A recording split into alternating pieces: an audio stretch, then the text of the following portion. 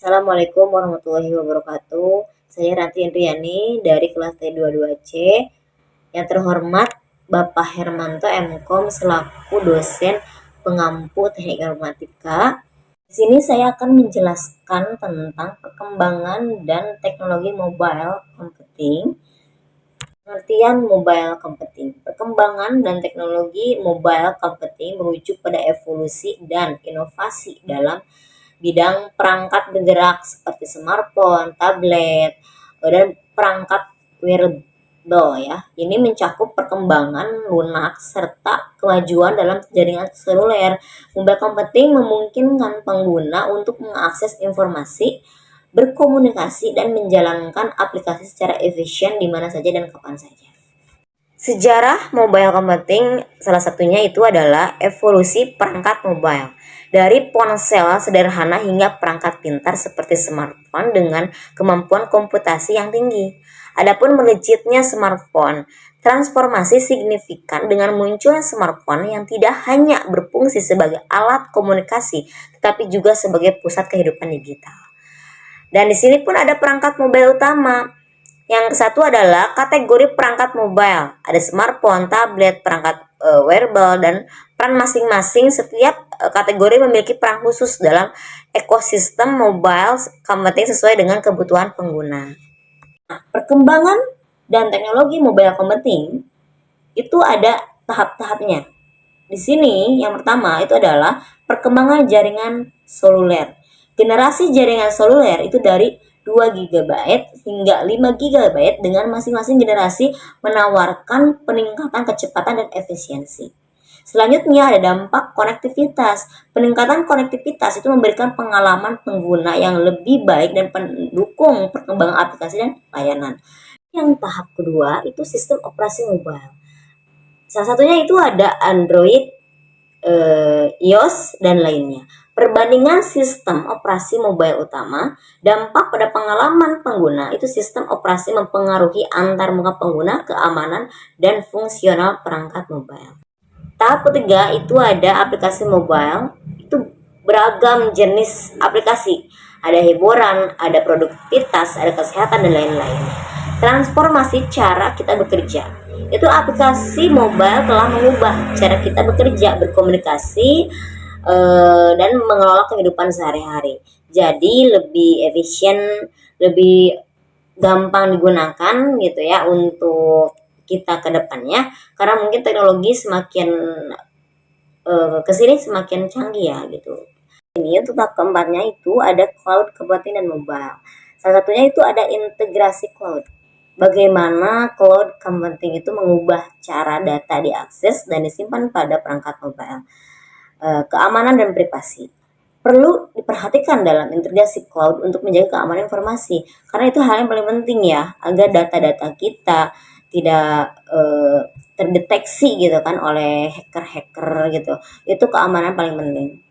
Internet of Things itu untuk tahap yang kelima.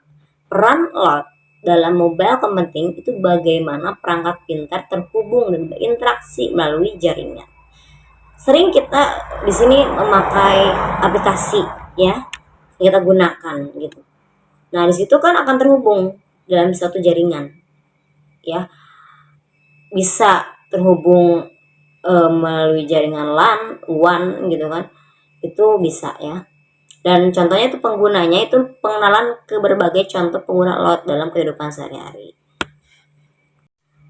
Nah, untuk tahap yang keenam itu ada masa depan mobile computing. Jadi nanti di masa depan mobile computing itu ada pengaruhnya nggak sih gitu untuk para user ya kan? Nah, di sini realitas virtual dan augmented reality itu pengaruhnya dalam mobile computing itu sangat pengaruh bagi kita ya. Dan artikel intelligence AI itu integrasi kecerdasan buatan dalam perangkat mobile dan dampaknya. Seperti kita nih, kita kan memakai AI ya untuk referensi gitu. Nah itu tuh ada pengaruhnya tuh kita memudahkan pengerjaan kuliah gitu kan contohnya gitu kan. Itu salah satunya. Perkembangan dan teknologi mobile computing itu ada beberapa ya, ada beberapa peran gitu kan mobile computing dalam beberapa aspek. Yang pertama itu ada akses informasi dan komunikasi. Mobile computing itu memungkinkan pengguna untuk mengakses informasi dimanapun dan kapanpun mereka kebutuhan. Mobile computing berkontribusi positif saat pandemi COVID-19 misalkan, gitu kan contohnya ya. Ini memungkinkan para pekerja untuk bekerja di rumah. Mobile computing berkontribusi positif dan para pelajar untuk mendapatkan pembelajaran dari rumah, mengingat keramaian adalah hal yang dihindari untuk mencegah tersebarnya virus. Mobile computing juga memungkinkan pengguna untuk berkomunikasi dengan fleksibel, contohnya dengan menggunakan WhatsApp. Dan yang kedua itu ada transaksi keuangan dan perbankan. Transaksi keuangan saat ini semakin maju serta memudahkan pengguna karena dapat dilakukan kapan saja tanpa harus mengunjungi bank ataupun mesin ATM.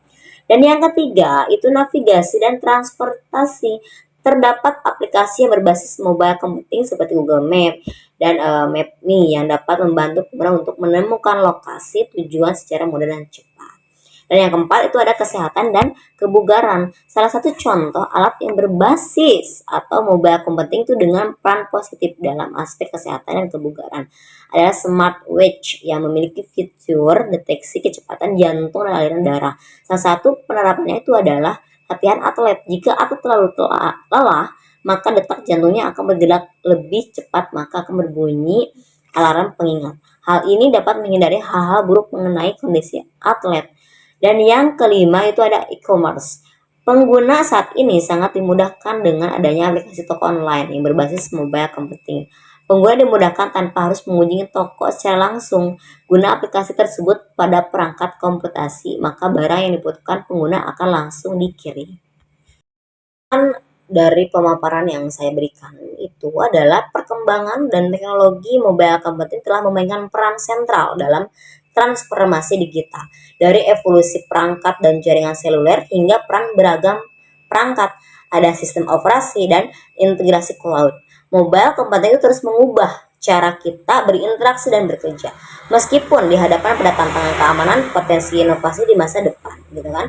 Kecerdasan buatan dan realitas virtual menjanjikan perkembangan yang menarik dan lebih efisien ya menurut saya gitu. Dengan demikian, mobile computing tidak hanya menjadikan alat komunikasi, tetapi juga pendorong utama dalam membentuk gaya hidup dan lingkungan digital kita.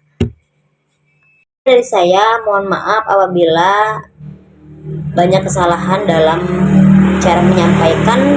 Terima kasih. Wassalamualaikum warahmatullahi wabarakatuh.